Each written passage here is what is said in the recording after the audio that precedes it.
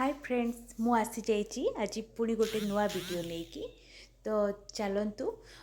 बिना डेरी करिकी वीडियोटा को स्टार्ट करवा। मुझे गोटे झटपट वाला माछ तरकारी बनाऊँचे तो से एटा फास्ट आम मुझे माछ गुड़ा को भलसे भाजी देवी। ये मु सोरष तेल नहीं जाइए कढ़ई रे किछि ताकू भल भाव में गरम हाँपे सोरष तेल को छाड़ीदवा। आ माछ को मुझेपटे लुण हलदी एसबू देकी भलसे मैरिनेट करके रखी। आउ बैकग्राउंड को टिके इग्नोर करेंगे से पछरे मो छोट झी अच्छी से खेलुची।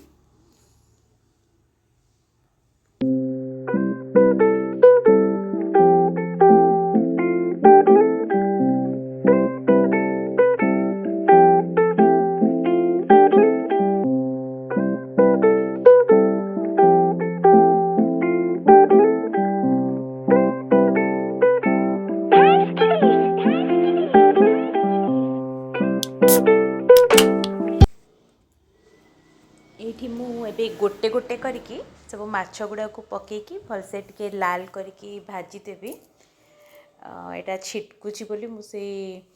पूरा ढाल भलिया धरी आ लीडटा को काले मो उपरे छिटकी जीव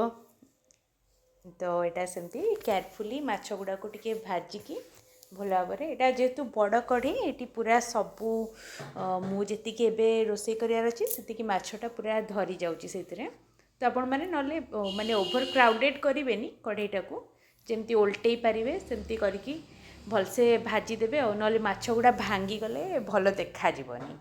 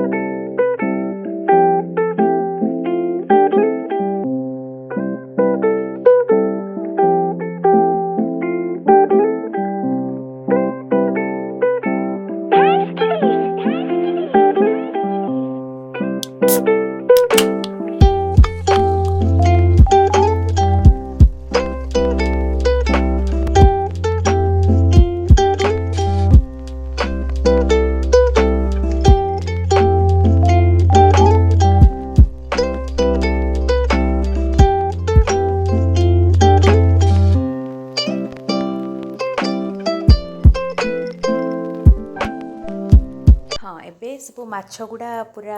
भलसे लाल होगी भाजी हो गला या आम एबे केयरफुली बाहर करदवा तापरे नेक्स्ट प्रोसेस करवा।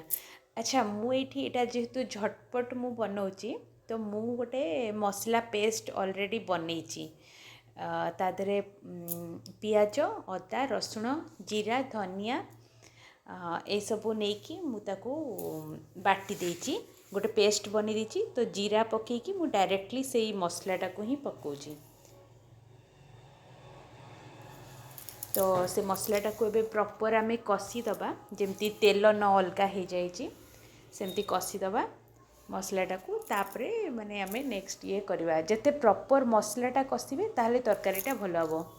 आउ एठी मु एका सहित जी गुंड मसला मु तो खाली धनिया जीरा तो बाटी देइतली एटा लुण आ लंका गुंड आ हलदी एतिकी एबे पकेदबा। एबे मु एठी टमाटर जो काटिकी रखी ताकू भी पकई दउची आउ टमाटर जिते पकेबे से ऊपर आपण लुणटा जो ऐड करिबार थिबो मसला सहित सेटा पकेदेबे ताले कौन हम एबे आमे जदि फ्लेमटा को लो करिकी लीडटा को बंद करके रखीदबा तो ताले जल्दी माने टमाटरटा सॉफ्ट हो जिवो से लुणटा टमाटर ऊपर पकेदेबे सब। तो मुझे लीड क्लोज करिकी ताको प्रति 5 मिनिट थरे ताको कषी दउची मसला को सेमती आपण टिके टिके टाइम इंटरवल रे ताको कषुथिबे एमती करवा कर चलिए। देखो मुझे ये मोर फेवरेट चिकेन मसला जो एवरेस्ट अच्छी मुझे पकाऊँगी आपण इच्छा आपड़ जोटा भी यूज करें। नले फिश मसला भी यूज करें ये टाइम रे सेटा पकईकी मु आउ टिके कषि दौची।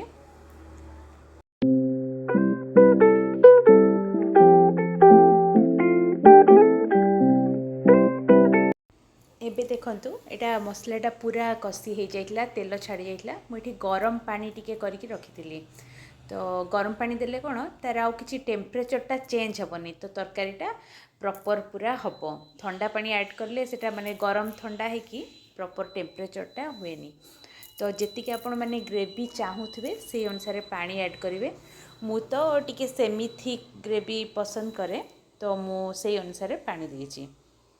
आ लुण जदि आपण मैंने चेक करा चाहिए चेक करदे मु तो जानी सारी एटा ठीक अच्छी लुण तो ये सब माछ पीस गुड़ा पकईदेवी पकईकी ताकू लो मीडियम फ्लेम रे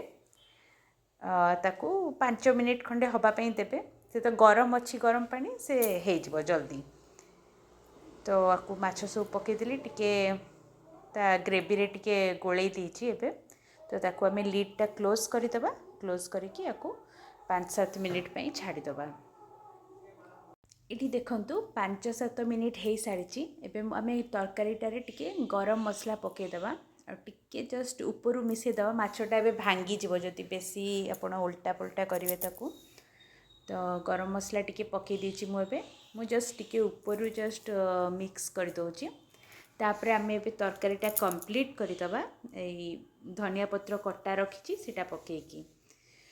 तो एटा तो सरला आम तरकारी आशा करुच्ची रेसिपीटा आपण माननकु भल लागिथिबो जदि किछि सजेशन्स अछि ताहाले भी देबे। हौ रहुची नमस्कार।